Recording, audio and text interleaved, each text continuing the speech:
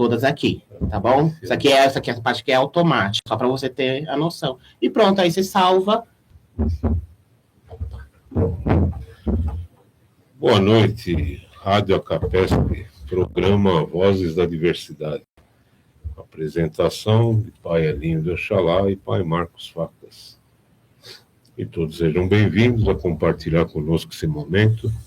E vamos iniciar saudando o presidente da Acapesp, senhor Alain Montoro, a diretoria executiva e todos os irmãos e irmãs. Saudamos nosso irmão Sérgio Zicran, que é o idealizador e fundador desta casa, a equipe técnica que trabalha conosco para manter esse programa ativo, e a todos os ouvintes e espectadores que estão nos acompanhando. Vamos falar hoje sobre uma visão espiritual dos contos de fadas, com o nosso irmão e amigo, o Pai Nicolas, que vai nos trazer aqui a luz e ensinamentos sobre o assunto. Aí, Pai Nicolas, pode se apresentar, por favor. Boa noite a todos.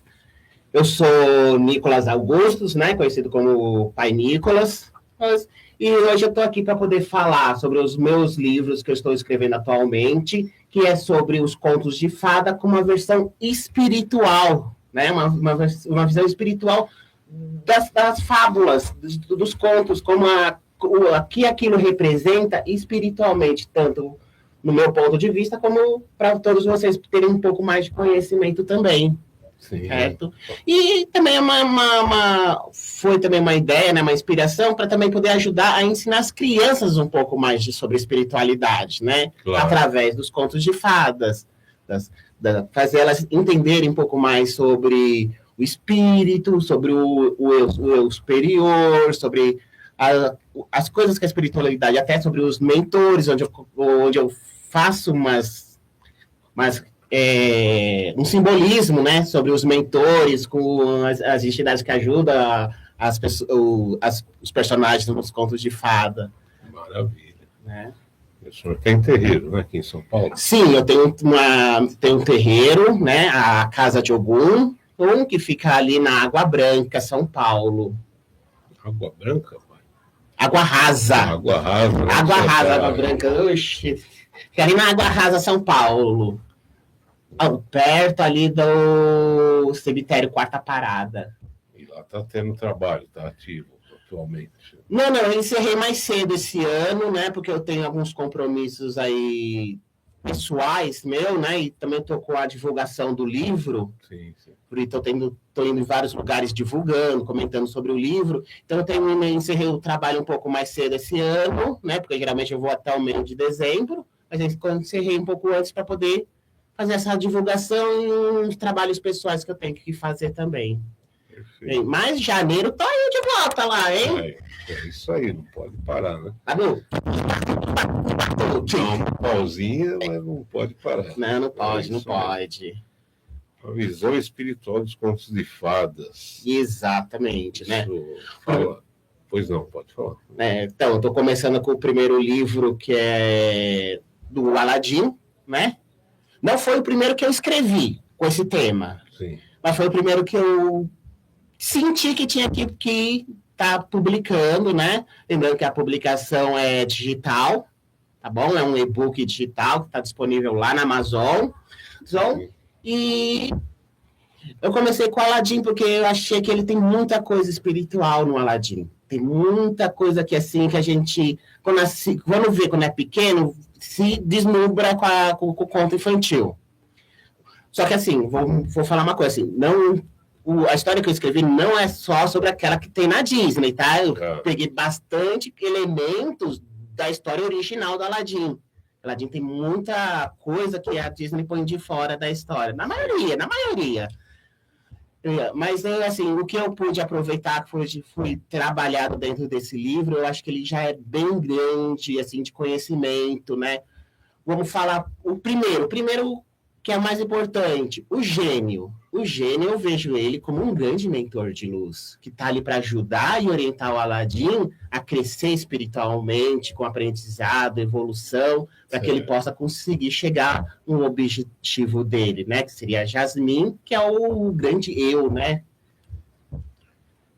Então a gente fala que essa visão espiritual reside no seu profundo simbolismo.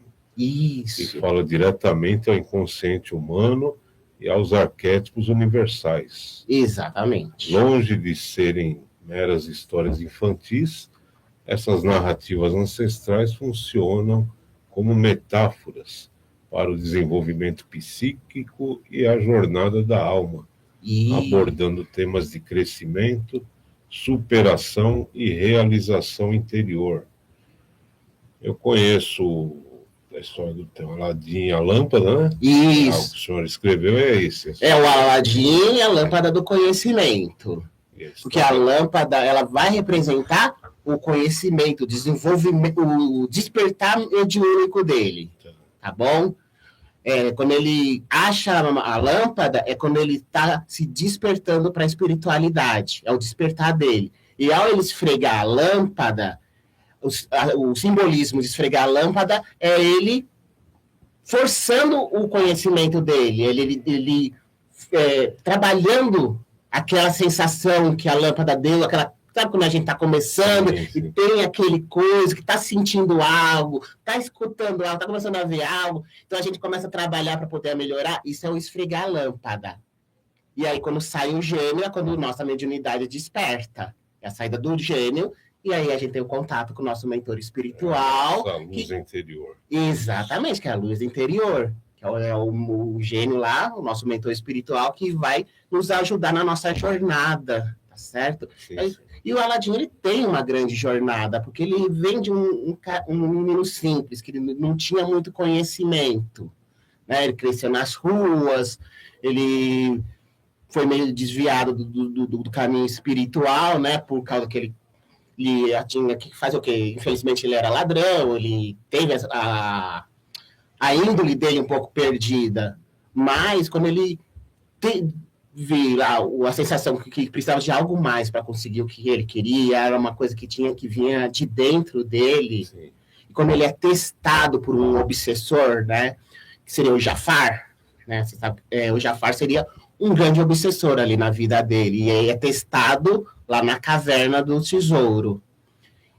E quando ele passa por esse teste e a espiritualidade dele começa a fluir, é que ele começa a verdadeira jornada dele de aprendizado. Tá certo? Sim. E, então, tem essas informações, esses ensinamentos. Outra coisa que tem relacionado ao Aladim, que ajuda no aprendizado, é o tapete mágico. O tapete mágico nada que é do que a intuição. É ele indo em frente com a intuição, ele mostrando a intuição, levando ele para novos caminhos, nova jornada, ao mesmo tempo que ele está com a sua intuição ali desperta, é quando ele consegue também alcançar a pessoa que ele gosta ali, que vai ser uma companheira espiritual para ele, que também vai despertar junto com ele, através da intuição, sim, através daquilo que vai expandindo a gente para frente, que vai nos levando para frente. A história original, o conto de fada original, é o Aladim e a Lâmpada Maravilhosa. Isso, a história original lá que está escrita no conto chamado Mil e Uma Noites. Mil e Uma Noites. Então, esse que foi o conto que inspirou o livro do pai, que se chama Aladim e a Lâmpada do Conhecimento Interior. Livro 1. É o livro 1, é o livro 1. Então, ele não foi o primeiro que eu escrevi, mas foi o primeiro que eu estou lançando, né? Certo. Aí logo mais, né, mais para frente, vou estar lançando os outros que já estão escritos, já estão em processos de edição, então, no processo da edição, para que eu possa estar lançando, né? Daí eu vai vir. Pequena Sereia, que também é um grande conhecimento ali, de aprendizado, uma pessoa que ficava presa em um mundo, mas quando a espiritualidade a desperta e a leva para um mundo melhor, para um mundo maior. Sim. Tá certo? Que é quando ela sai lá da água para conhecer um mundo além do mundo que ela vivia. Temos a Peter Pan, o Peter Pan, onde eu falo um pouco sobre ele está preso em um mundo espiritual.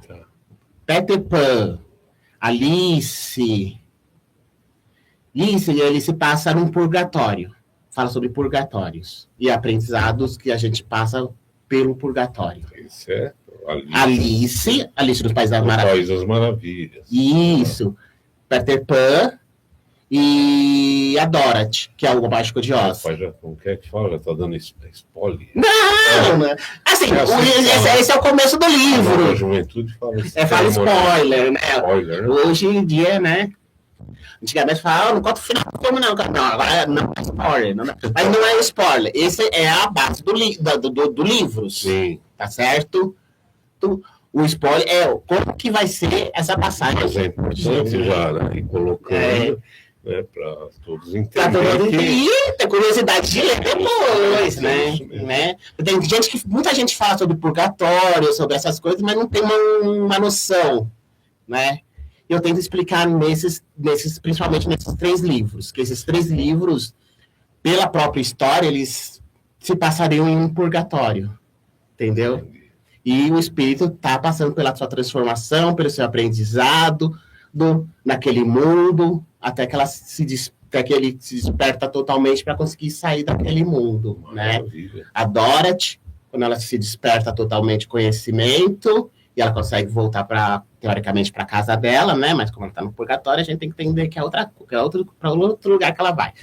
E o Peter Pan, que vive no purgatório, que vive praticamente preso no purgatório, sim, onde ele quer ser criança, ele é um espírito que não quer crescer, né? Daí a gente tem que trabalhar isso também.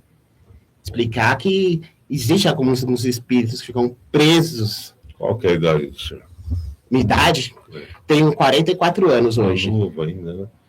Mas eu vou falar da nova geração. Certo, pode falar. A nova geração, muitos que eu tenho contato, eles não procuram conhecer essas histórias, né? Esses contos de fadas. Hoje em dia não. Assim, eles até procuram, mas procuram versões... tipo, eles querem saber como é que era a versão de terror, né? Porque pelos irmãos Greens, né, que foram os grandes precursores desses contos de fada, essas histórias eram muito mais pesadas, era uma coisa mais de terror. Então, eu acho que a molecada hoje quer ver mais essa parte de terror, o psicológico, que a Alice era uma menina com problema psicológico. Mas, assim, a molecada de hoje não curte muito, talvez, conto de fada, por causa de como o conto de fada hoje está sendo colocado na vida delas. É uma juventude também muito rápida, né? Eles gostam de coisas rápidas. Coisas rápidas. Mas cabe a gente incentivar, né, essa leitura também. Eu sei que a juventude está nessa coisa de coisa rápida, TikTok, essas coisas. Sim. Mas eu vejo uma boa parte também, empresas, coisas grandes, tipo... Sim. Os filmes de super-herói, eles têm 2, quase 3 horas de duração. O pessoal fica lá para assistir. Ou seja, eles conseguem ficar presos em uma coisa grande, de tempo grande. Mas eu acho que tem que ser uma coisa que prenda eles, que chama a atenção deles. Então aí o marketing, a divulgação, mas é um incentivo também importante. Exatamente. Que nem você falou, os contos de fada hoje. Você viu o último filme da Branca de Neve que foi feito? Não. Tá sabendo que teve? Eu acho que eu cheguei a ver alguns pedaços. Ele é um filme que você vai parar de assistir assim que você começar, porque ele não é um filme legal. Eles pisaram na bola totalmente. Então não vi. Não é um filme cativante, não é um filme que te inspira. Então a molecada realmente vai abandonar os contos de fada, porque eles querem coisas que incentivem eles, que inspirem eles. É certo? Eu vejo isso por mim. Eu gostava de assistir as minhas coisas na minha época, você também devia gostar de assistir as coisas na sua época, que te inspirava, que fazia você querer viver uma vida meio parecida com aquele personagem, ou ele te incentivava a fazer as coisas. E a gente não tinha recurso, né? Recurso, exatamente. A internet não existia, tudo mais. Então a gente se prendia, às vezes, numa história, assistia mais de uma vez e justamente se colocava naquele lugar, dava a inspiração, a motivação, né, para a gente fazer as coisas. Olha, quando eu assisti a primeira versão do Aladdin, animação, da Disney mesmo, o próprio da Disney, Sim. Ele me incentivou bastante. Assim, no coisa assim, tipo, querer ser melhor do que eu podia ser. Mas que eu não tinha que ficar dependendo de um gênio. Eu tinha que ir atrás para fazer as coisas acontecer. O primeiro Aladdin, ele ensina isso. Tudo bem, o Aladdin tem um gênio que vai lá realizar os desejos dele, mas ao mesmo tempo o gênio está ensinando ele a ir atrás. Certo. Na história. Teve o novo Aladdin, também é bom. Não vou falar que é ruim, que esse Aladdin live action que fizeram é muito bom. Bom, mas eu acho que a animação era melhor, no sentido de mostrar que o Aladdin ele não era dependente só da magia do gênio, ele era atrás. Ele buscava, ele foi atrás. Assim, o gênio só foi uma ajuda, uma orientação para que ele fosse atrás. Sim. Entendeu? E isso com muitos outros casos também. Então, eu acho que o problema não é que eles querem as coisas muito rápido, é que aquilo, por ser mais rápido, parece que chama mais atenção. Mas tem coisas, assim, tem filmes aí grandes, de 2 horas e meia, 3 horas de duração, que também prende eles. Eu vejo pelos assim, os atuais filmes da Marvel, tudo bem, não tá sendo mais. Até alguns anos atrás lá, até o Endgame, os caras, era 3 horas e o pessoal ficava ali 3 horas assistindo aquele filme. Você sabe o que é ficar 3 horas preso numa sala de cinema vendo um filme? E eram jovens. Sim. Então, assim, para segurar tem que ser algo que chame atenção, tem que ser algo que prenda eles, que faça eles terem um certo interesse. Tá certo? Então, quando a gente faz algo para jovem, algo para adolescente, tem que ser algo que prenda eles. Sim. Não faz de pensar, eles querem tudo rápido, eles querem tudo. Não. Eles querem rápido porque aquilo está prendendo a atenção deles naquele momento. Uma coisa prender a atenção, eles vão para outra que também vai estar prendendo a atenção. Então a gente tem que fazer algo que prenda a atenção deles. Sim. Isso, entendeu? Eu procuro incentivar não só a leitura, mas às vezes eu coloco assim, os desenhos antigos e tal. A minha filha mais nova tem 14 anos. Né? E adolescente já tal, não tem interesse, não procura nada do que eu via antes, né? No novo, no rápido. Mas às vezes eu coloco, por exemplo, desenho básico, coloquei esses dias, os 3 porquinhos. Eu também, a história Patinho feio. Nossa, aí ela curtiu. E gostou, entendeu? E também tem essa questão, né, da dificuldade do personagem, da busca dele para superar. Exatamente, os 3 porquinhos é um grande exemplo disso, né? Tem uns 2 lá que, vou falar, preguiçosos, né? Um quer construir rápido de palha, o outro quer, mas tem aquele que vai persistir, que vai fazer uma casa mais resistente, porque ele sabe que se fizer a casa ali mais resistente, ela vai durar mais, mesmo que demore para fazer. Então, ele está ensinando que você tem que fazer o seu melhor, mesmo que demore para conseguir. Mas faça o seu melhor pouquinho por pouquinho, com toda a dificuldade. Coloque lá um tijolo por tijolo.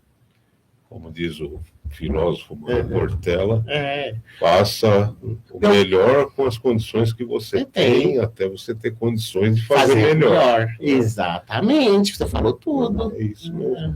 Não procurar o fácil, o rápido, porque você constrói algo rápido, fácil, ele vai acabar rápido e fácil do mesmo jeito. Do mesmo jeito que veio, é do mesmo jeito que vai. É até o ditado antigo, né? Tudo que vem fácil vai fácil. Né? Coisa que dos nossos avós já falavam. Os contos de fadas utilizam uma linguagem simbólica rica em arquétipos. Sim. Padrões universais da experiência humana, como o herói, a sombra, o vilão, né, no caso. Isso. A donzela, o mentor, a fada madrinha, a grande mãe. Estes símbolos ressoam em um nível profundo, expressando processos inconscientes e verdades espirituais perenes. Sim. Esses arquétipos você vai encontrar nas histórias mais profundas dos contos de fadas, a princesa, que é a menina inocente, que está passando por uma transformação, tá certo? Toda menina passa por transformação, passa por um aprendizado que vai levar ela para o amadurecimento, tá certo? Essa coisa de ela só tá ali por causa do príncipe encantado é só um detalhe. Porque, como esses contos de fada são histórias muito antigas, o trabalho que se fazia em cima de uma menina era que ela fosse atrás do príncipe encantado, que ia cuidar dela, que ia tratar dela das melhores condições possíveis. Mas, se você reparar bem nos contos de fada, é o despertar. É para ela sair de uma prisão que ela se encontra ali, por causa de um padrasto, por causa de uma madrasta, por causa de uma vida social que ela vive e que muitas vezes ela está entregue àquela vida social, né? A Bela, de A Bela e a Fera. Sim. Ela está presa, ela aceitou já a vida social. Né? A Cinderela também é uma menina que ela aceitou ali a ser castigada pela madrasta. Ela do sapato. Isso, ela está numa vida social que ela já aceitou ali que está as punições da madrasta, ela aceitou aquela vida social e ela acha que até um certo momento para ela aquilo é normal. Sim. Até que aquilo começa a apertar ela, a fazer ela sofrer e ela querer se despertar para uma vida melhor. Tá certo? Ela tá presa, aquela coisa, tá no seu cantinho do conforto. Certo. Mas às vezes o cantinho do conforto é apertado. Então você tem que sair para encontrar mais conforto. E o conforto, às vezes, é o mundo à sua volta. É a busca pessoal que busca nunca pessoal, é fácil. Né? Exatamente. Aí também você leu aí da Fada Madrinha, que é a grande mãe, né? Sim. As fadas madrinhas geralmente são representadas como as grandes mães. Eu falo das mães espirituais, na nossa linhagem, as mães orixás, né? Sim. Né? Porque elas que vão nos ensinar a querer sair dessa vida, tá? Eu falei de princesa, mas isso serve também para homem, tá? Claro. É que era um conto de fada, na maioria feminino ali, infantil para menina, mas a mesma coisa que acontecia com elas pode se levar para um lado masculino de tipo um menino que vive num mundinho e não quer sair daquele mundinho. Hoje, e eu vejo muito isso hoje, agora você me deu um toque. O que eu vejo muito das crianças de hoje é criança que quer ficar presa dentro do quarto no computador. Ou no celular. No celular, eu acho que é fácil de você tirar. Mas uma criança que só quer ficar no quarto, no computador, não quer sair. Hoje em dia, muito pouca criança quer saber de sair para jogar bola. Nunca mais eu vi uma criança querer sair para soltar pipa, jogar bolinha de gude. Eles só querem ficar presos. Então, eles estão presos naquele mundinho e se sentem seguros presos naquele mundinho. Soltar pipa que eu vejo na rua, uns marmanjos aí de 30 anos. E por outros motivos, né? Por outros motivos eles só... É nós. Eu se eu puder, eu vou lá no Ibirapuera e vou lá soltar uma pipa lá, ela é da hora. É bom, né? Jogar bolinha de gude. Na minha época eu gostava mais, era bolinha de gude. Então, assim, eu vejo muito, assim, meninos. Meninas também, mas no geral, criança no geral. Sim. Que hoje em dia, por causa dessa coisa de só quer saber de coisa rápida, que dá atenção rápido, fica preso nesse mundo, tá certo?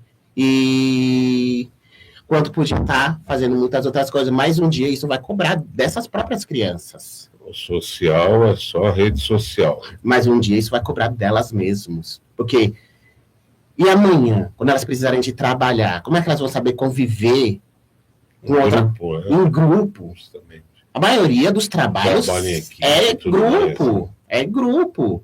Elas não podem... Elas vivem e elas acham que vai contar com o pai e a mãe a vida inteira. É isso mesmo.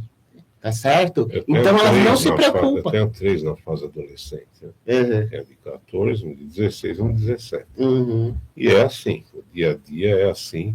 Como eu falo, incentivo, né? Eu falo incentivo à leitura, a gente conversa muito, mas realmente eles são presos nesse mundo. Então a gente coloca como exemplo, no meu tempo, eu queria falar com um amigo, eu tinha que sair na casa dele. Porque a gente não tinha isso, com certeza. A gente tinha um contato ali, né? O olho. Vamos sair, vamos conversar, vamos dar risada.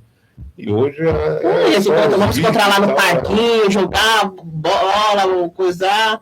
Porque não tinha muito. Tinha televisão, a gente até tinha, mas a gente não era preso. Televisão para quando não encontrava outro amigo. Não tinha mais nada para fazer, ia para TV. Isso mesmo. Tá certo?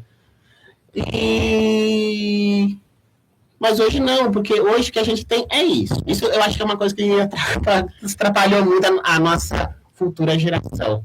Antigamente a gente falava que o futuro era das crianças. Será que é mesmo? Hoje eu tenho minhas dúvidas. Eu estou duvidoso. Porque as crianças que eu vejo, elas não estão preparadas para o amanhã.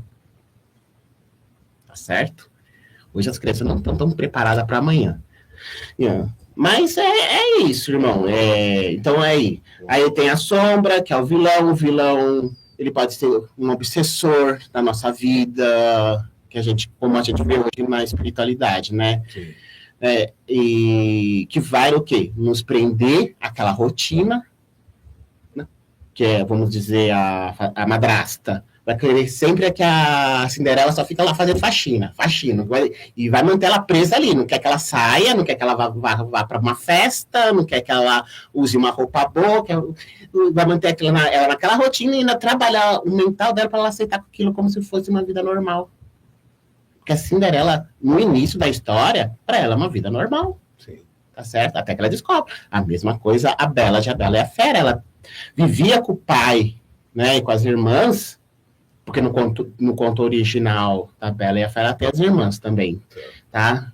E ela vivia naquele mundinho, que ela achava que era o certo, cuidando do pai, cuidando das irmãs, até que acontece ali uma coisa que tira ela de casa. Ela vai ter que viver com um cara que é totalmente bruto, que é o que acontece muitas vezes. A menina fica presa dentro de casa, mas para encontrar uma saída, se casa com o primeiro que... E às vezes o cara é bruto, é uma fera, vai querer ela ter mais na casa dele do que querer ir na casa... Não vai impedir ela de ir na casa do pai, da família, porque ela ficou presa num mundinho e achou que saiu com o primeiro. O que era ruim torna-se pior. Né? Exatamente. Mas, ao mesmo tempo, convivendo com essa pessoa, que era uma fera, ela aprendeu a amadurecer. Sim. Ela aprendeu que existia um mundo além daquele mundo que ela tinha com o pai dela. Que havia uma pessoa que era agressiva, bruta, mas tinha ali os seus motivos, ele tinha traumas, entendeu? Ele não era agressivo fisicamente, ele era agressivo com palavras. Sim. Mas ela soube superar, enfrentar e mudar ele com atitudes. Mostrando para ele que ela estava ali por ele, que ela estava ali, que ele podia confiar, mostrando confiança, mostrando que ela podia ir até a casa do pai dela, que ela ia voltar.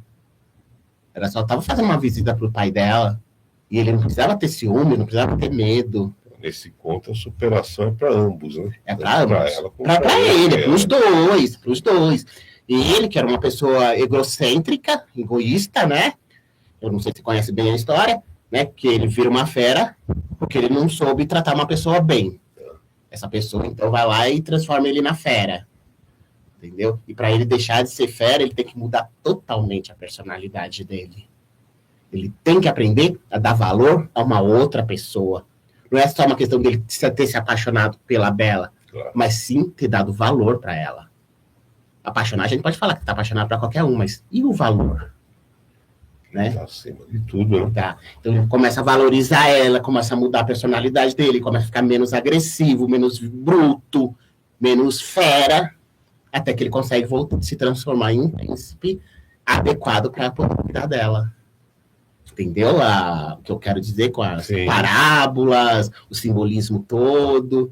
E aí a gente leva isso para um patamar um pouco maior, que é a espiritualidade.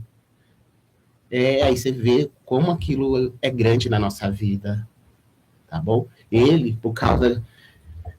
Dentro da história que eu desenvolvi, ele virou a fera por causa de uma obsessora. Mas quando ele aprende a lidar com a Bela, ele aprende também a vencer a obsessora. Afastando essa obsessora para que ele possa se iluminar. Sim. Tá certo? Através de uma espiritualidade que a Bela levou para ele. Apesar dela estar presa naquele mundinho, ela estava num mundinho de espiritualidade.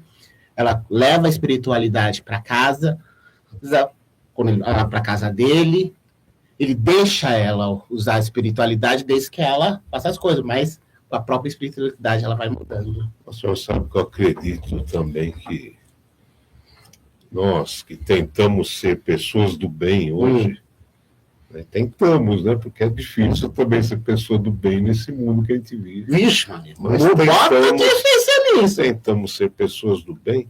E eu acho que essa influência também dos contos de fada, que também auxiliou para a gente ter essa vivência hoje. Oh, com certeza. Até de querer fazer o bem, ser o bem, né? Isso. Assim, as meninas estão querendo ser as princesas, mas a gente quer ser os príncipes também. Sim. Quantas vezes eu não quis ser um dos príncipes ali? E até o próprio Fera já tive vontade de ser, de me mudar, de tentar ser o melhor que eu posso ser. Eu não quero ser a Fera. Eu sou o Fera, porque não tinha conhecimento, não tinha uma educação, apesar de eu ter tudo, mas não tinha educação, que o Fera é um príncipe, ele tem de tudo, mas não era educado. Sim. Mas mesmo assim eu quero mudar. Quero ser um príncipe. Tá certo? Eu quero ser um príncipe, quero ter a minha princesa e poder cuidar dela do jeito certo. Não como uma fera, mas como um príncipe que ela merece. Tá certo? A mesma coisa, o príncipe da Pequena Sereia. Ele se apaixonou por uma pessoa só por escutar ela. Ele não enxerga ela na primeira... Quando ele está se afogando, ele é salvo. Mas ele escuta a voz dela, ele escuta o canto dela. E só por escutar a voz dela, ele sabe que é uma pessoa boa, uma pessoa que vale. E ele começa a procurar ela porque ele quer mudar, quer alguém melhor. Tá bom? Uma pessoa boa para a vida dele, e independente da aparência. A mesma coisa o príncipe da Cinderela. Sim. Tudo bem que ele já tem uma noção da aparência, mas não é pela aparência, mas sim porque ela foi uma boa pessoa. Uma pessoa que soube entrar na casa dele, entrar naquela festa, soube ter uma postura, e ele se apaixonou pela postura, pelo jeito que ela se apresentou. Então, ele foi atrás dela. E no dia seguinte, ele não lembra direito como ela é. Ele não lembra direito. Porque em algumas versões é baile de máscara, em algumas versões, então ele não tinha noção do rosto, a única coisa que ele tinha realmente era o sapato. E mesmo assim ele vai atrás dela, independente da aparência, por causa de como ela se comportou na festa dele, na casa dele. O simbolismo desse sapato, né? É o que é a alma gêmea, né? Porque o sapato só serve no pé dela. Né? Uhum. Em todas as mulheres do mundo, né, que procuraram, só serviu no pé dela. Porque era alma gêmea, e esse é o simbolismo. Exatamente. Ele encontrou a alma gêmea, porque o sapato só vai encontrar naquela pessoa realmente que tem que estar com você. Só vai servir a pessoa, você pode ir atrás de todas as mulheres do mundo. Todas as mulheres. Aquela música lá do Roberto Carlos. Já tive mulheres, mas somente aquela que realmente é sua alma gêmea, aquela que realmente vai estar com o seu lado, vai servir o sapato, e você não tem que se importar com a aparência dela, tá bom? Sim. Ela pode ser gorda, magra, alta, baixa. Esquece isso, esquece a aparência. É a questão energética. É a questão energética, é a questão, a verdadeira importância é o sentimento, é o caráter, é a pessoa que sabe entrar na sua casa, sabe estar com você lá quando você precisa. E aí a visão espiritual remete muito também ao que? A renovação interior. Uhum. Acho que pelo que o senhor estava falando, é uma das principais coisas aí, é a renovação da pessoa, querer se melhorar, né? Como o senhor falou do Fera, por exemplo. Isso. Fera, eu acho que é uma grande parábola sobre a reforma íntima. O Fera, ele é a reforma íntima, né? Aquela coisa que a gente tenta levar até nas nossas casas, quando a gente faz as nossas palestras lá para os nossos consulentes, para os nossos médios, de reforma íntima, porque a gente quer que eles melhorem. Às vezes a gente conversa com os nossos médiums porque não é que a gente está querendo dar bronca, não é que a gente está querendo apontar o dedo para os defeitos deles. Não, a gente está tentando fazer a reforma íntima deles, fazer que eles melhorem. E tem aqueles que escutam, melhoras. Né? Eu tenho bons exemplos na minha casa de os que escutam. Mas, infelizmente, tem aqueles também que não escutam, que a gente fala, e está cometendo os mesmos erros. Porque ele não deixou a reforma íntima, então ele continua sendo aquela fera. Ele quer viver como fera. Sim. De vez querer mudar e se tornar um príncipe encantado aí, que é o certo. Né? Voltando aqui, pode perguntar. Aladim. Introdução, o tesouro oculto de Aladim. Né? Isso, é a caverna do tesouro. No livro eu explico melhor. É a caverna do tesouro oculto, né? Que é onde ele acha a lâmpada. Tá certo? Que é o teste do Jafar. A câmara do tesouro oculto são os testes, são as aprovações, o nosso subconsciente, né, quando ele está despertando a espiritualidade dele, e ainda ele vai ser testado. Ou seja, vai ter uma joia ali. Você vai mexer naquela joia? Já foi falado que não era para mexer. Essa joia está lá, está tentando, está brilhando, né? Que é o rubi vermelho. Não sei se você lembra dessa parte. Faz bastante tempo que eu assisti, eu lembro. Não é só numa animação, tá? Na história original também tem o rubi vermelho, que ele é tentado. Ele tá lá na que chama atenção. Que chama atenção, mas é a única coisa, mas ele não pode mexer. Tá? É a única coisa. Ele pode andar por toda aquela caverna, mas ele não pode mexer no rubi vermelho. Sim. Tá certo? A única coisa que ele pode pegar é a lâmpada, porque a lâmpada é o conhecimento. As outras coisas são tentações. Então tem a tentação ali do rubi vermelho. Que é quando a gente tá despertando a espiritualidade, mas tem aquela tentação do copinho do golezinho lá da bebida, sim, do cigarro, de, sei lá, fazer alguma coisa errada, achando que não vai fazer, porque ele está no caminho da espiritualidade. Sim. Estou aqui no caminho da espiritualidade, porque qual é o problema se eu desviar um pouquinho ali do meu caminho? Eu ainda não cheguei na lâmpada, não cheguei no meu conhecimento. Mas não, Às vezes subiu meio degrau e desce. Exatamente, né? Exatamente. Entendeu? Então a gente tem todos esses detalhezinhos aí que é um aprendizado grande. Tá? A caverna do tesouro oculto, ela é a nossa jornada espiritual com alguns testezinhos de caráter, alguns testezinhos de será que está indo para a espiritualidade mesmo, se desviando para um tesouro ali que não pode mexer. Perfeito. Em seguida, o senhor fala aqui sobre desenvolvimento, os pilares da jornada, desvendando o simbolismo espiritual do conto. Os pilares da jornada aqui fala, magia da Aladim não começa com o gênio, mas com a lâmpada velha e enferrujada. Exatamente. A lâmpada velha e enferrujada é o quê?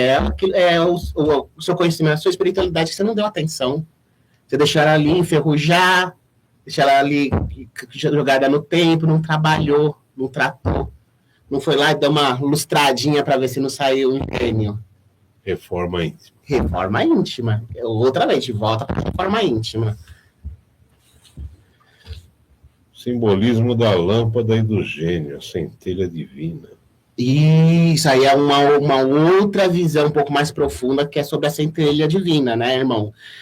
O gênio, ele é um ser onipotente, certo? Ele é a nossa centelha divina despertada ao todo. Sabe quando a gente... É um mestre ascensionado, é um ser que está iluminado e ele quer a nossa própria iluminação. Ele quer que a nossa centelha se ilumine, pois a nossa luz, para poder ser uma coisa igual a ele. Entendeu? Ele é o mentor do Aladim. Né? Na história, ele é o mentor espiritual dele. Nessa visão mestre de luz. Espiritual seria equivalente. Isso. Como se ele fosse meu preto velho que eu trabalho, o pastor da minha casa, é ele que está ali na orelha. Você tropeçou. Né? Isso, ele que vai falando. Vou te ajudar, mas tem que fazer direito. A sua parte. Exatamente. Eu acho que ele seria preto velho que orienta, o caboclo que dá conselho, mas sabe pegar no pé, tá certo? Ele é um Exu, porque ele é meio material, porque ele também ajuda com parte material, matéria, né? Sim. Então, mas assim, ele, acima de tudo, é um grande mestre de luz, porque ele já se acendeu, ele já é um ser iluminado, entendeu? E ele quer, mas é a nossa iluminação, tá? Na versão live action, você vê muito isso, que ele tá querendo que o Aladdin seja mais do que só o príncipe que o Aladdin quer ser. Ele quer que o Aladdin realmente seja alguma coisa de luz, uma fonte de luz. Tá? Acho que isso é um pouco mais visto. Sim, na animação antiga é bem trabalhado isso.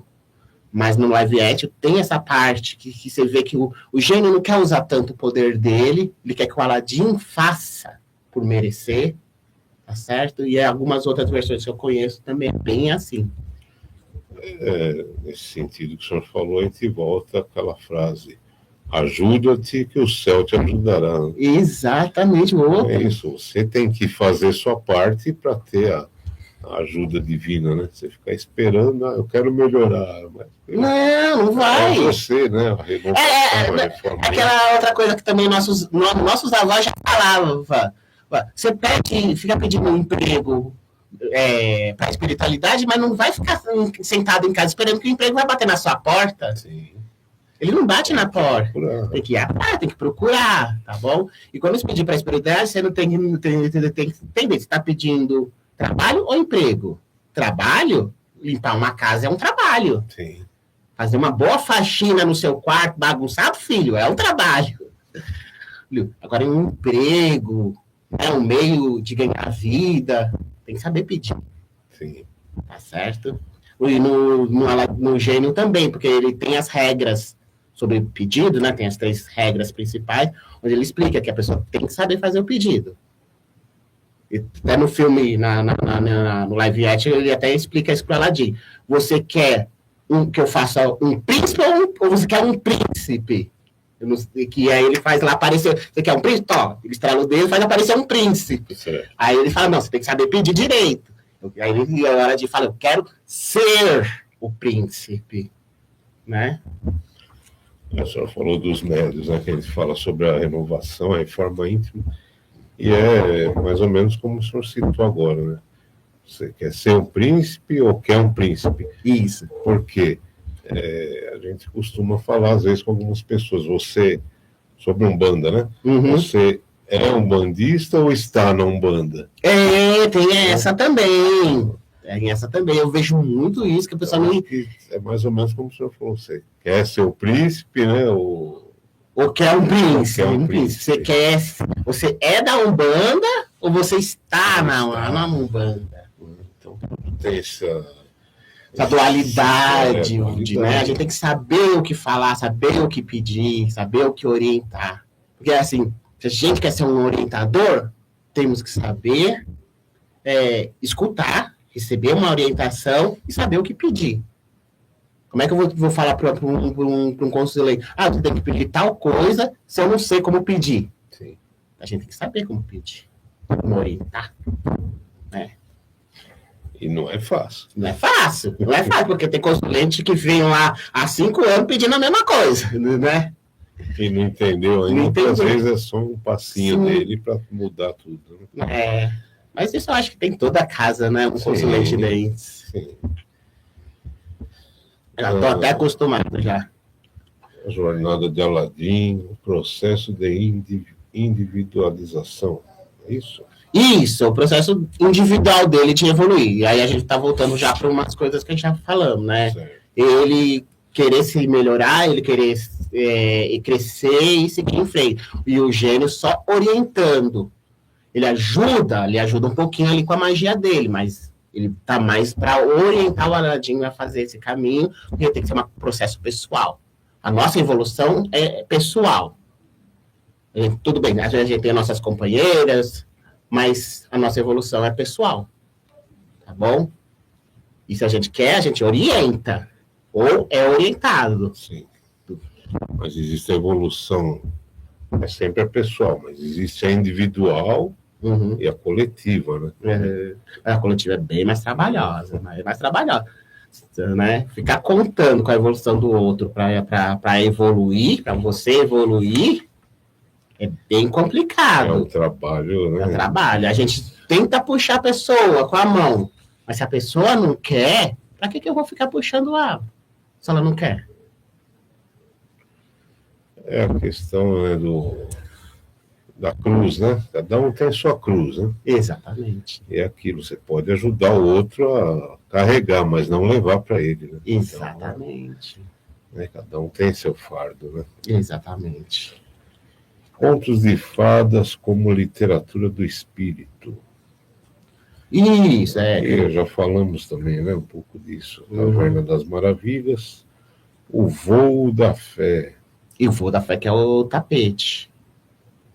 Conexão das almas gêmeas, Aladim e Jasmine, que se buscam em um plano superior, rompendo as barreiras do antigo. Aí é a grande cena dos dois no tapete mágico. Eu não sei se você lembra dessa aí, que tem a música famosa. Exatamente isso. Quando os dois se encontram, ela tem fé nele, né? Porque eu não sei se ela só sobe no tapete quando ela fala que acredita nele, confia nele. Ele estica a mão para ela e fala, confia em mim. E ela estica a mão e confia nele e sobe no tapete. E aí vão ter o despertar da espiritualidade junto. Nesse caso, ele esticou a mão para ela, aquela coisa que eu estava falando, né, de puxar a pessoa para evoluir junto. Ela aceitou a evolução. Ela subiu no tapete do conhecimento, no tapete da intuição. Ela teve fé, ela acreditou nele, acreditou naquele poder que ele estava tendo. Não estou falando de poder de magia, mas poder da confiança. Sim. De confiar num terceiro, numa outra pessoa, para poder subir no tapete e voar. Voar e conhecer um mundo de magia aí. Né? E almas gêmeas se conectando. Ética e karma. A história é um drama espírita onde o karma se tece em cada escolha. Isso. O triunfo final não é a riqueza, mas a libertação do espírito. Eugênio. Isto. Quando o gênio é libertado. E a aceitação da autenticidade. Aladim e Jasmine. O que eu falo aí, a libertação do gênio. O gênio no final ele é libertado, né? Sim. Ou seja, quando o nosso mentor não precisa mais nos orientar, a gente já conseguiu chegar no nível que ele está livre para poder ajudar outros se precisar. A gente tem uma evolução, eles passaram pelo processo de amadurecimento, pelo processo de crescimento, e já chegaram num ponto onde o mestre está satisfeito, está realizado com o seu trabalho, está livre para poder cuidar de outro espírito, orientar outro espírito. E os dois ali também eles já estão evoluídos para eles começar no livro em si, eles abrem uma casa espiritual, aí já estou falando mais devia sobre o livro, eles começam a ajudar outras pessoas espiritualmente, porque eles tiveram crescimento espiritual. Maravilha. Né? E o mestre só vai ficar observando, porque já chegou no máximo do que ele tinha ali, de obrigação. Aqui nós já falamos que Aladim e a lâmpada do conhecimento interior é mais do que uma releitura de um clássico. É um mapa de iniciação para quem busca o autoconhecimento. Exatamente. O livro reforça uma mensagem poderosa. A magia da vida não reside em desejar a mudança externa, mas em servir a própria vida, desmantelando o ego e buscando a essência do nosso diamante bruto. Isso. É aquela coisa, a gente é um diamante bruto. Aladim era visto como um diamante bruto pelo Jafar. Mas ele cresce. Ele se lapida com a espiritualidade até que eles esperam quando ele vê que o exterior, a matéria, não é importante. O importante é o que está dentro. Por isso que é o conhecimento interior. O importante é que ele vai carregar dentro de si. E o que está dentro de si, sim, tem que se transbordar para fora. E não o que está do lado de fora querer se transportar para dentro. Porque o que está do lado de fora é matéria. Matéria não entra para dentro. Mas aí se torna, em outras palavras, a pessoa se torna materialista, seria isso? Isso. Se ficar pensar só na matéria, tipo, eu tenho um gênio, vou logo pedir já 1 milhão aí pro gênio para facilitar a minha vida. Aí é materialista. Quando você pode pedir conhecimento, pedir sabedoria para não depender desse 1 milhão, poder fazer as coisas que sonha sem depender. Eu me dei uma nessa, porque eu tinha um gênio, eu pedi 1 milhão, ele me deu uma espiga de milho. Eu falei, agora você aprende. Ei, tá certo, tá aí. Tá bom, eu não soube pedir direito. Você falou 1 milhão, porque é 1 milhão. A luz da lâmpada não está no olho, está no coração. Isso. Não adianta pedir para o gênio de fora. É só esfregar a alma, tirar a poeira e acender a sua verdade. Saravá, é isso mesmo, Saravá Liberdade. Isso. Meu irmão Saravá. Zequinha da beira da estrada, Herê, é as palavras dele. Isso, quem está me orientando com esses livros, me ajudando, é meu Herê, Zequinha da beira da estrada. Da beira da estrada. Ele está me orientando sobre os livros, ele que me mostra o que eu tenho que escrever, me ajuda, né? E assim, no final ele sempre deixa um textinho lá, uma mensagem para quem está lendo. Tem uma mensagem dele. Todos os livros que ele me orienta, tem uma mensagem dele. Maravilha isso. Zequinha da beira da estrada. Ainda não conhecia esse nome. Legal. Uhum.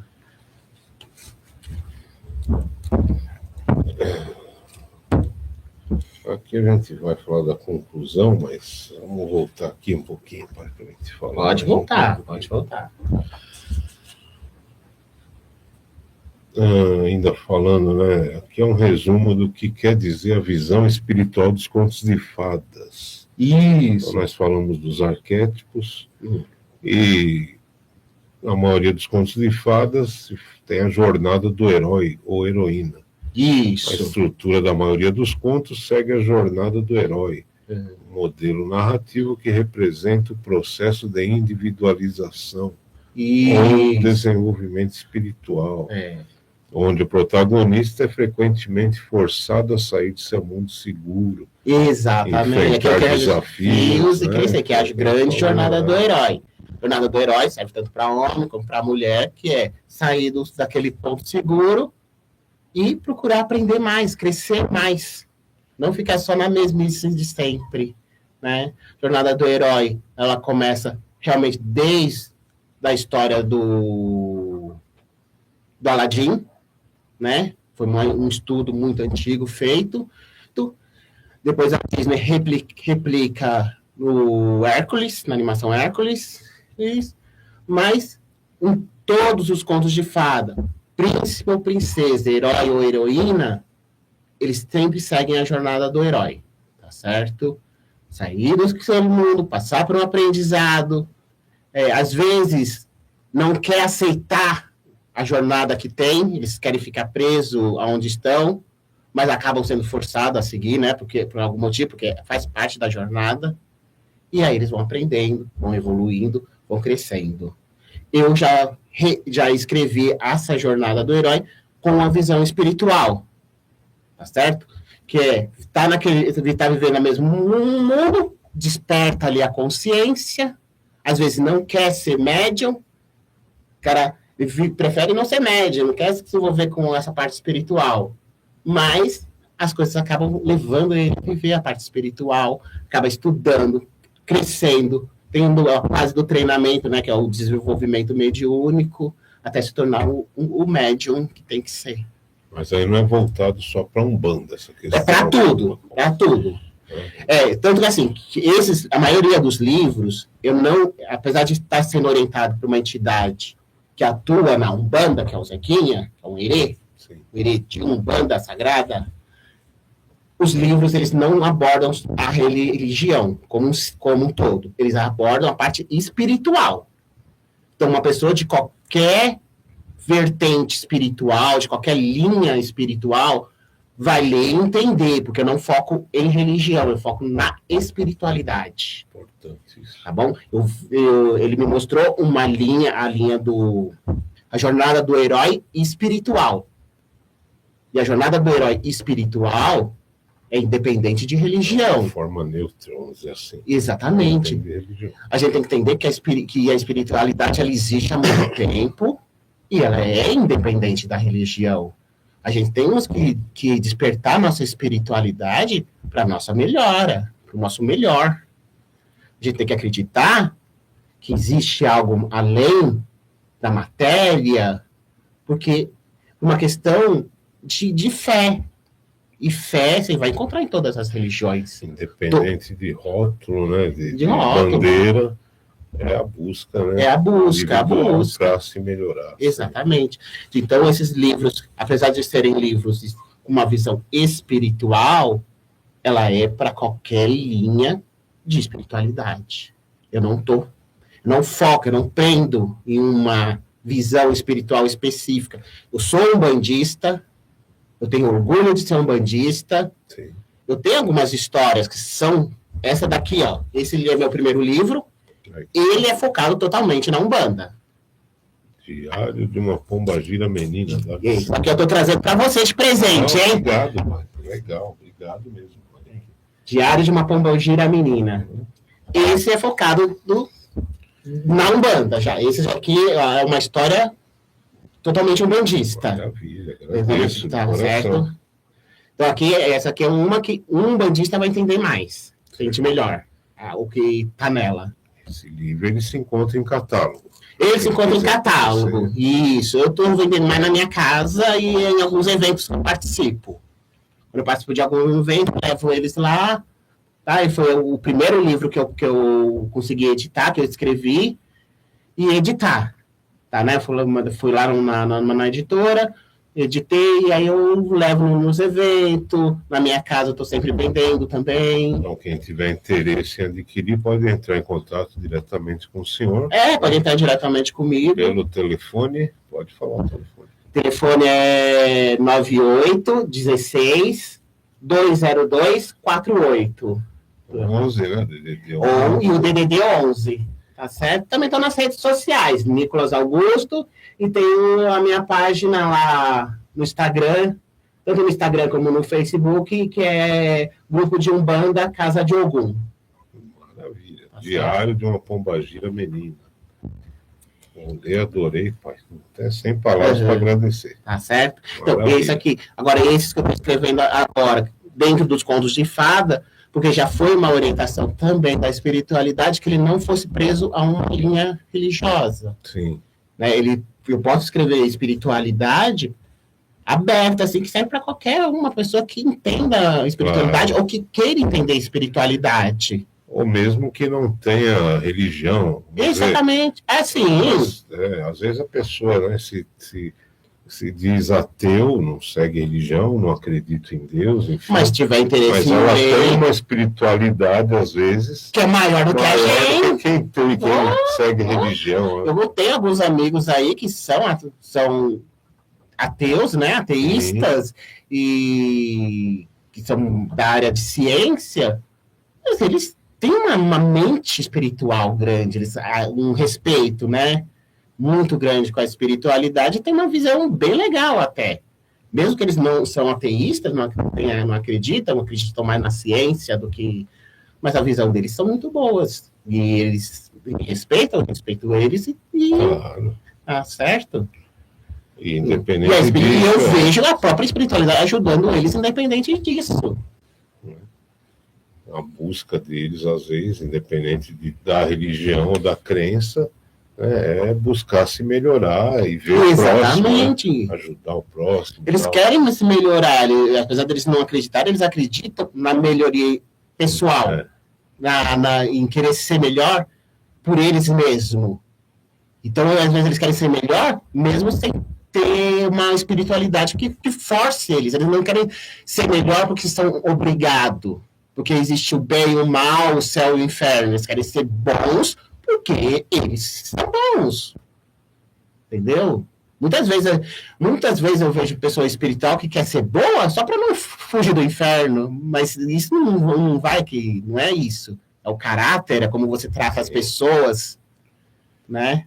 Aí é a troca, né? É a troca. Eu vou ser bom porque eu quero alguma coisa. E não, porque aí você está sendo bom por interesse. Você querer a renovação interior, você também está querendo alguma coisa, mas é uma coisa pessoal, é a sua melhora, a sua renovação. Exatamente. Agora, eu quero ser bom porque eu quero um lugar melhor quando eu morrer. É complicado.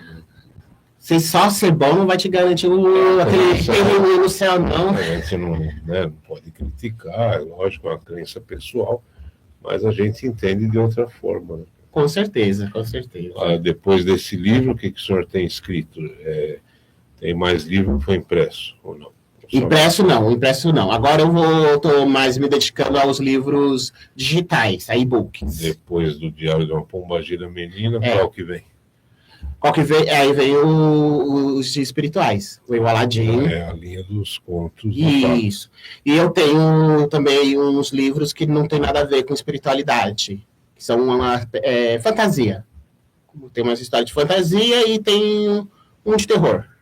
Tem outros ainda, mas Maravilha. Mas tem um assim que não tem a ver com religião, mas são mais histórias mesmo. Histórias de fantasia, contos. Tá lá tudo no Amazon, tá certo?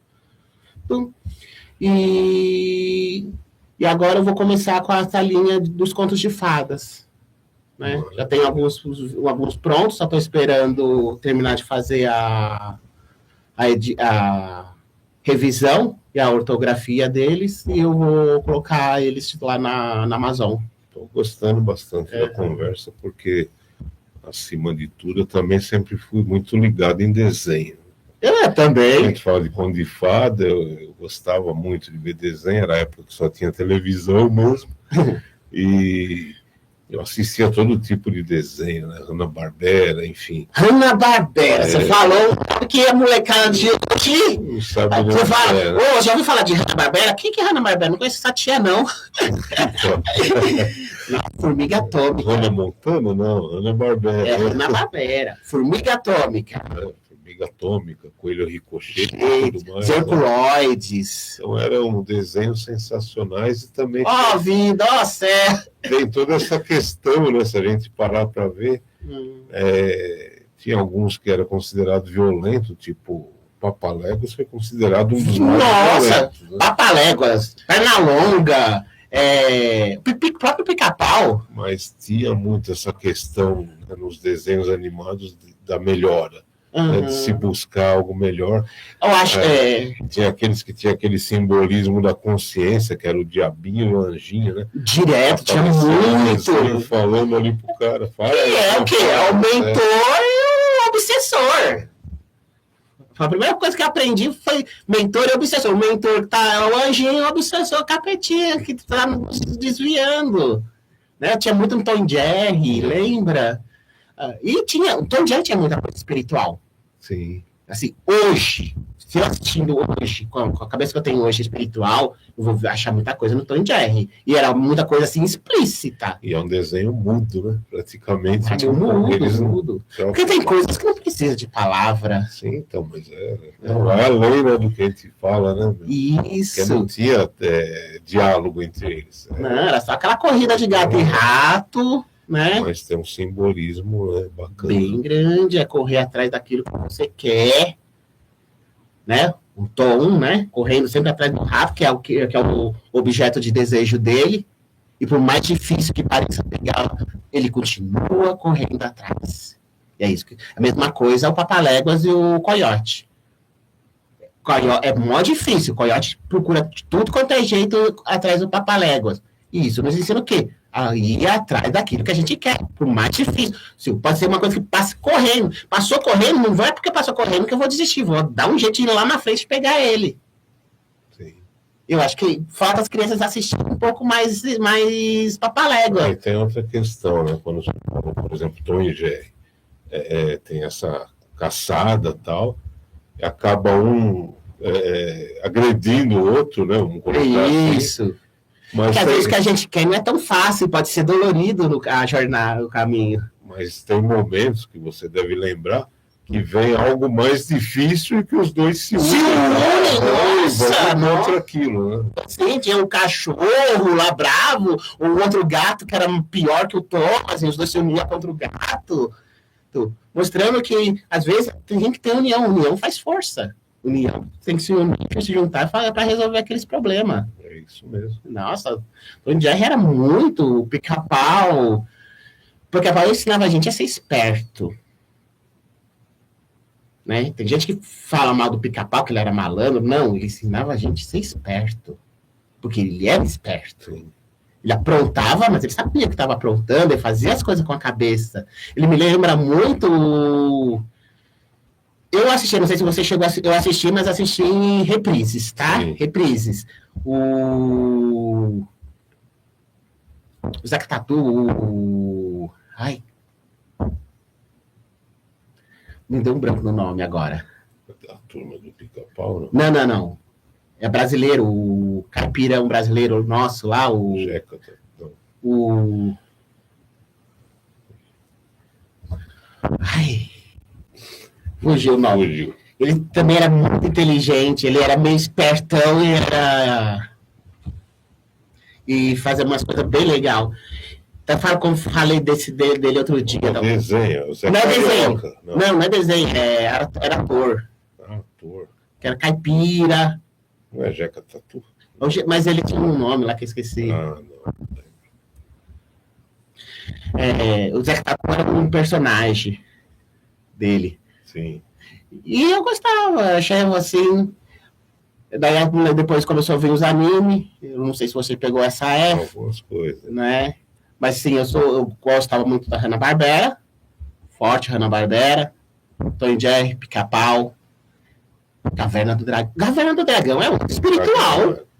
Você lembra da Caverna do Dragão? Não, isso. Uma história ali de desenvolvimento pessoal de um grupo em desenvolvimento pessoal, querendo uma coisa e nunca conseguindo alcançar, porque sempre tem algo maior atrapalhando, tem um obsessor atrapalhando, né? Sim. O senhor citou aí o Herculoides, né? Hoje em dia ninguém conhece, né? A nova geração não conhece. Nossa, você fala... na minha visão, era incrível. É aquela família esquisita, né? Porque todo mundo ali é estranho, né? O Herculoide é uma família e tem a humana, os outros não são. Daí tem o outro lá que é um bicho, o outro que é uma espuminha. Eles são uma família, né? Que tá lutando junto ali para vender e viver uma vida, né? O que eu gostava muito nessa coisa de união, que era uma coisa de união, eram os cavaleiros, o Cavaleiro do Zodíaco. Você chegou? Já vi também. Ali é o que fala de amizade. Que eu aprendi sobre amizade hoje é graças aos cavaleiros. Sim. Porque eles se sacrificavam pelos amigos, eles lutavam junto. O cara tirou a própria visão, o Shiryu se cegou para salvar um amigo. Cara, você tem ideia do que, né? Eu ensinava que a gente tem que contar com os nossos amigos, tem que ter as nossas amizades, tem que ter o nosso grupo de amigos. E amigos que a gente pode contar, confiar. Sim. Não adianta você ter um amigo que você não vai poder contar. Não adianta você ter um amigo que não vai se cegar para te salvar. É o colega. Então, eu aprendi muito de amizade nos Cavaleiros do Zodíaco. Eu achava que eles eram um grupo de amigos. Eu já tinha assistido, Power Ranger, Changeman, Gogo Five, também que são grupos de amigos, mas ninguém era tão forte como os Cavaleiros. Sim. Vou falar os Power Ranger porque é mais atual, eu acho que a molecada conhece mais Power Ranger, né? Eles são lá um grupo de amigos, mas eles são um pouco disfuncionais às vezes. Eu acho os Cavaleiros uma amizade muito... Cavaleiros do Zodíaco, eu cheguei a ver esse Power Ranger, não cheguei a acompanhar. Uhum. Eu não sei dizer. Uhum. Mas o Cavaleiro... porque o Power Ranger é mais atual, um pouco mais... Assim, as primeiras versões são mais antigas, mas eu acho que a molecada hoje conhece Power Ranger. Se você perguntar Power Ranger, conhece. Agora, se você perguntar Changeman, vai falar, Changeman? O que é Changeman? Jaspion, eu não sei se você conhece, você pegou Jaspion, putz, né? Jaspion, ele pega muito do cristianismo na história do Jaspion, não sei se você lembra. Não acompanhei muito também, não lembro.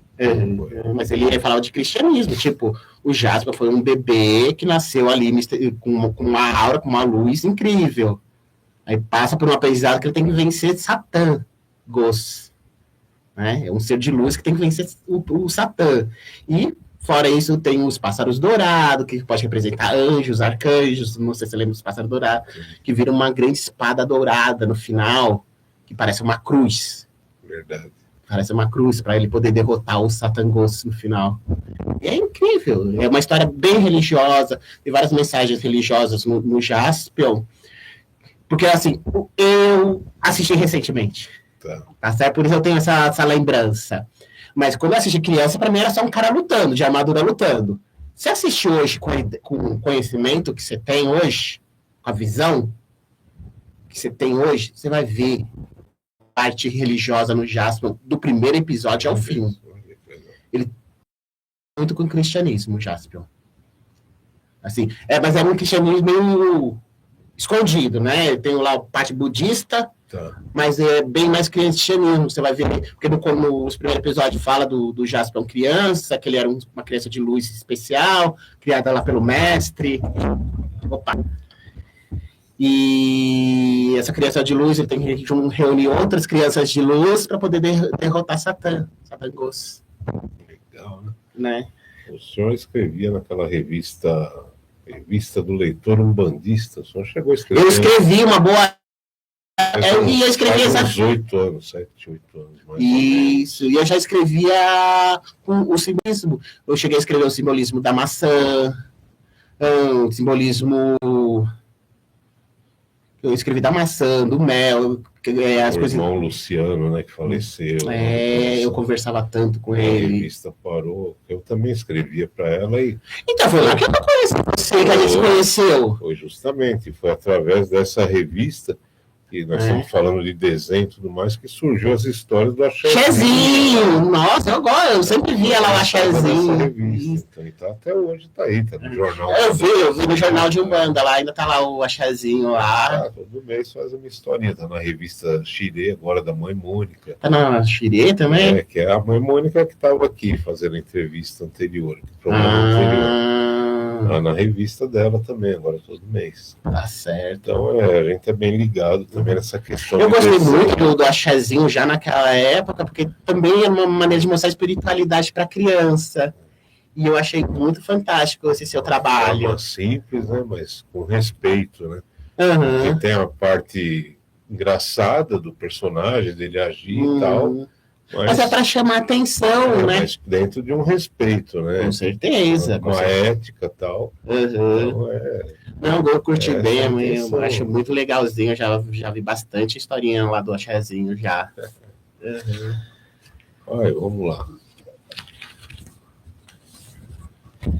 E como é que tá o Axézinho? A gente, né, tinha vontade de criar alguma coisa... Fala um vídeo, alguma coisa assim, uma animação, né? Porque agora, com as tecnologias que tem hoje em dia, né? Estou aguardando meus filhos estudar aí para poder produzir.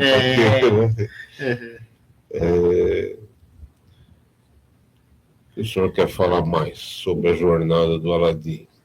Olha, acho que falei bastante já do Aladim, né? Eu espero que o pessoal tenha gostado. Claro. A gente pode falar de outras, né? Que nem eu acho que citei aqui o Bela e a Fera, Cinderela. Esses estão em produção. Estão em produção. Tá aí na isso, tenho também um que eu fiz, né? Que eu vi que dava que eu podia escrever, foi o Ursinho Pooh.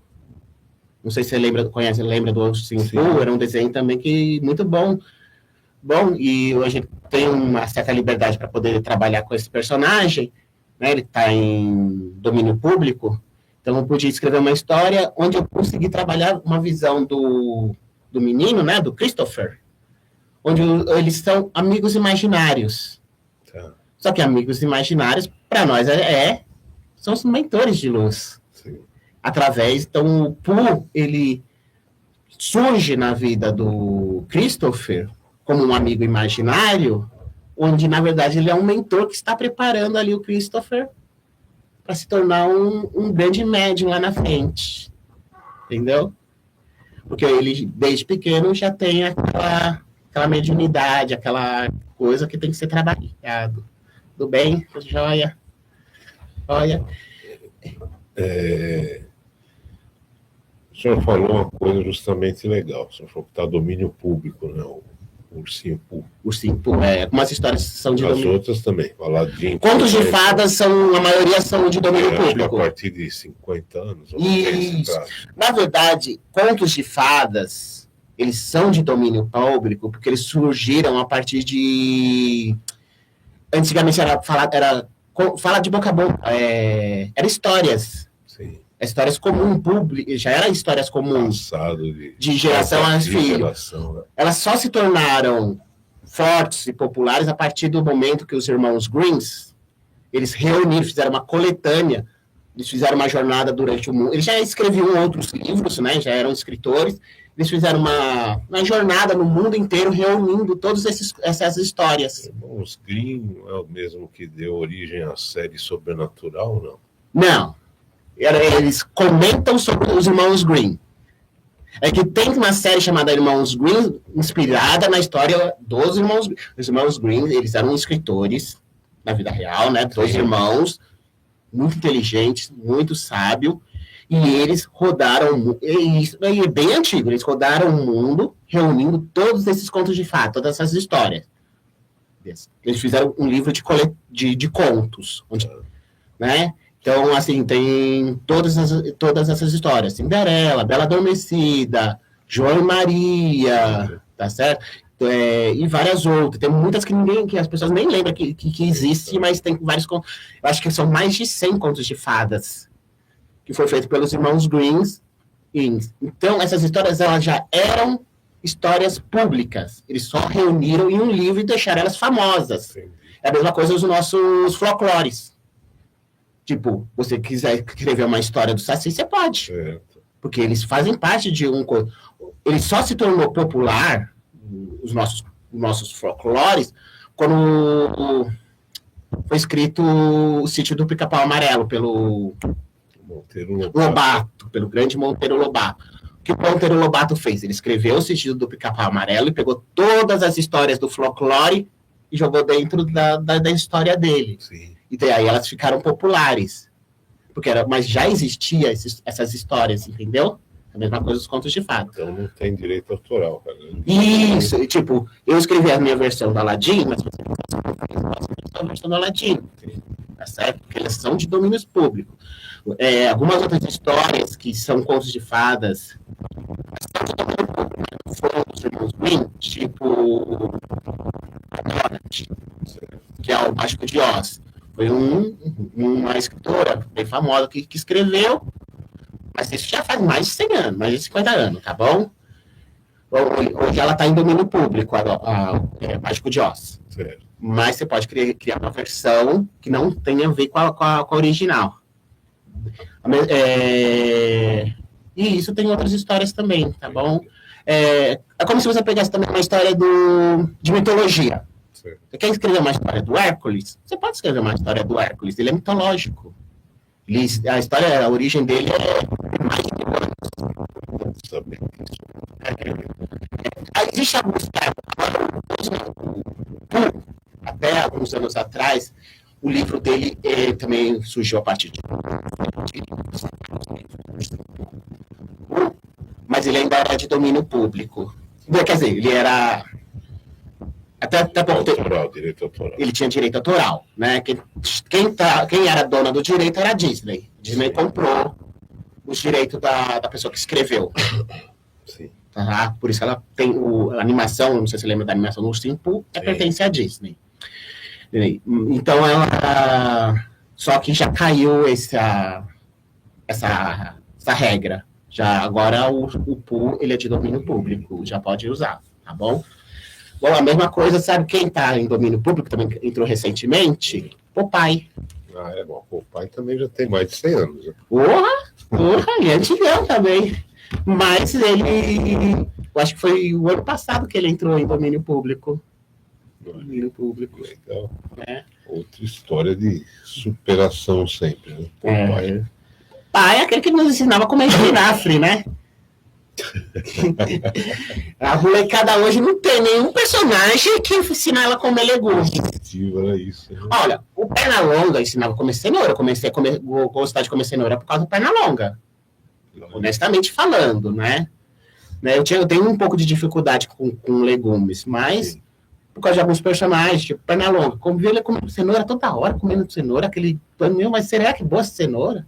Eu pensei que não ia comer cenoura. Hoje eu como cenoura normal. Não é só questão espiritual, né? Vamos no exemplo, né? Isso! Exemplo, né? Não, só que isso você vai ver em desenho antigo. Sim. Desenho antigo. O pai com o espinafre, Pernalonga com a cenoura. Tinha mais, agora não me fugiu da cabeça. Mas tinha muitas histórias, assim, de personagem, né? E tinha personagem também que ensinava a gente a comer rato, tipo as tartarugas ninja, ensinava a gente a comer pizza toda hora. Beleza, pai. Tá bom.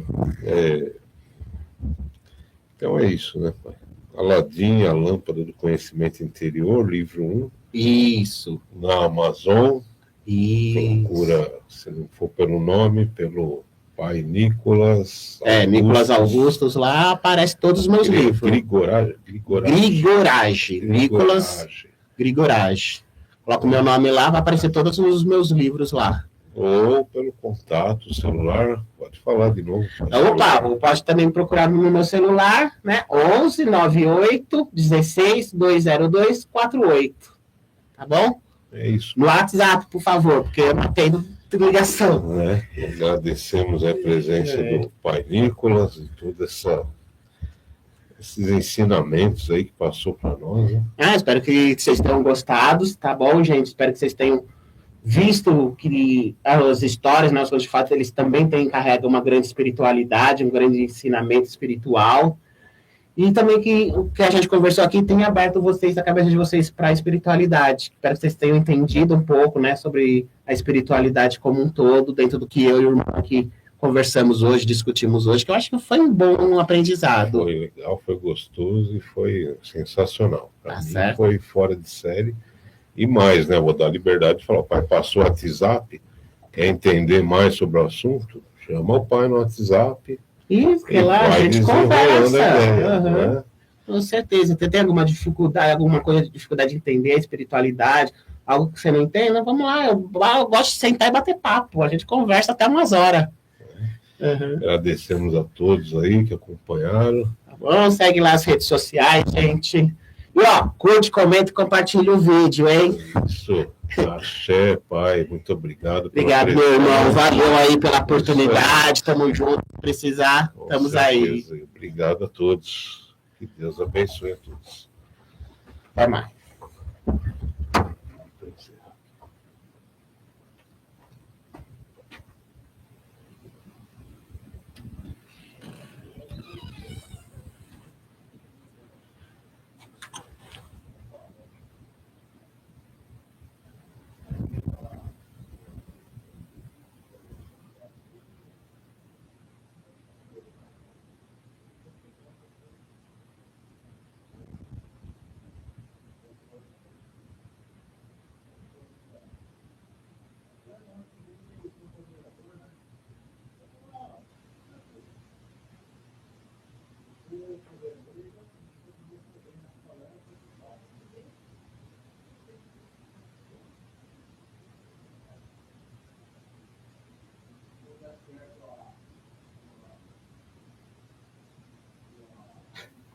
A colega estava bem, não.